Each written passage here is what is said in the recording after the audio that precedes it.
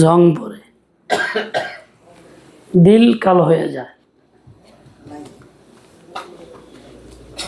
ময়লা দিলের ভিতরে ছায়া যায়।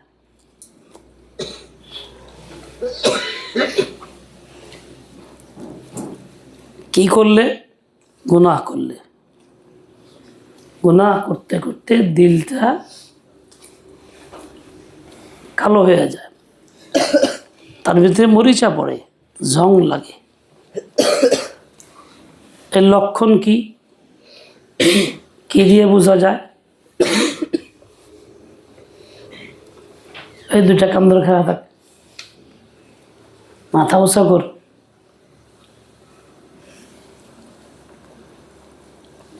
লক্ষণ কি? 1 নম্বর লক্ষণ, এই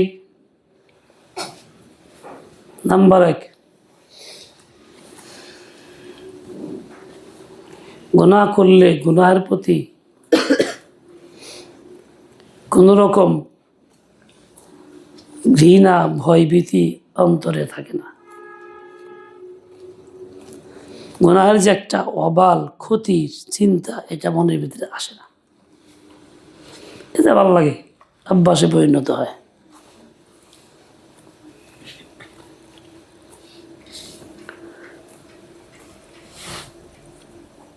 দুই নম্বর, নেকির কাজের প্রতিও কোনো আগ্রহ থাকে না, কোনো আকর্ষণ পয়দা হয় না, যেরকম সেরকমই থাকে। নাম্বার 3, কেউ যদি তারে ভালো করতে চায়, উপদেশ দেয়, ভালো কথা বলে, তাহলে তাকেও ভালো লাগে না, তার দুশ্মন মনে করে, তার প্রতি রাগ উঠে।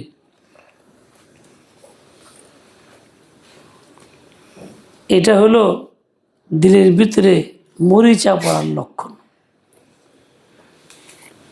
গুনাহ করতে সে অসুবিধা নাই, গুনাহের ঝাঁজ আর লাগে না,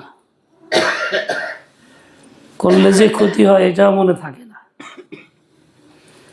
ভয় ভীতিও নাই, মুআখাযার চিন্তাও নাই, করতেছে করতেছে, এটা যে খারাপ তা মনে হয় না। 2 নম্বর, নেক কাজ করতে আগ্রহ পয়দা হয় না, নেকি করলে ভাল লাগে তাও না, অনাগ্রহই থাকে। এই জন্য নেকির কাজ তার দ্বারা হয়ও না। 3 নম্বর, কেউ খায়ের খাহ মানুষ তাকে উপদেশ দিলে, বুঝাইলে হেও খারাপ মনে করে,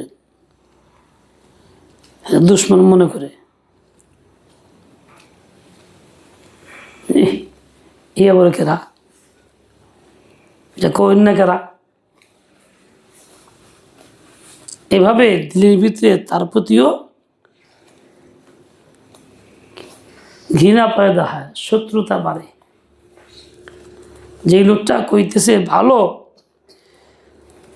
আর এই লোকটা মনে করতেছে তারা খারাপ।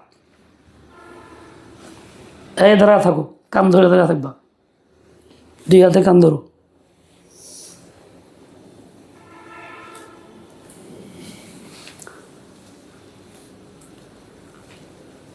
এই 3টা লক্ষণ কিসের?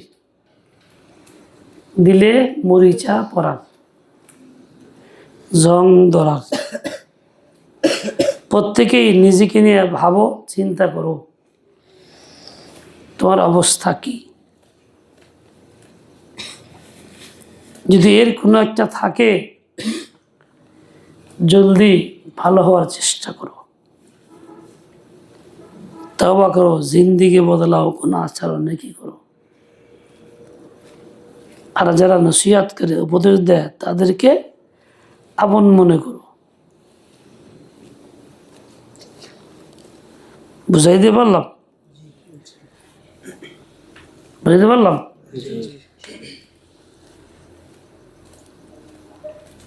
যাও, তোমরা যাও।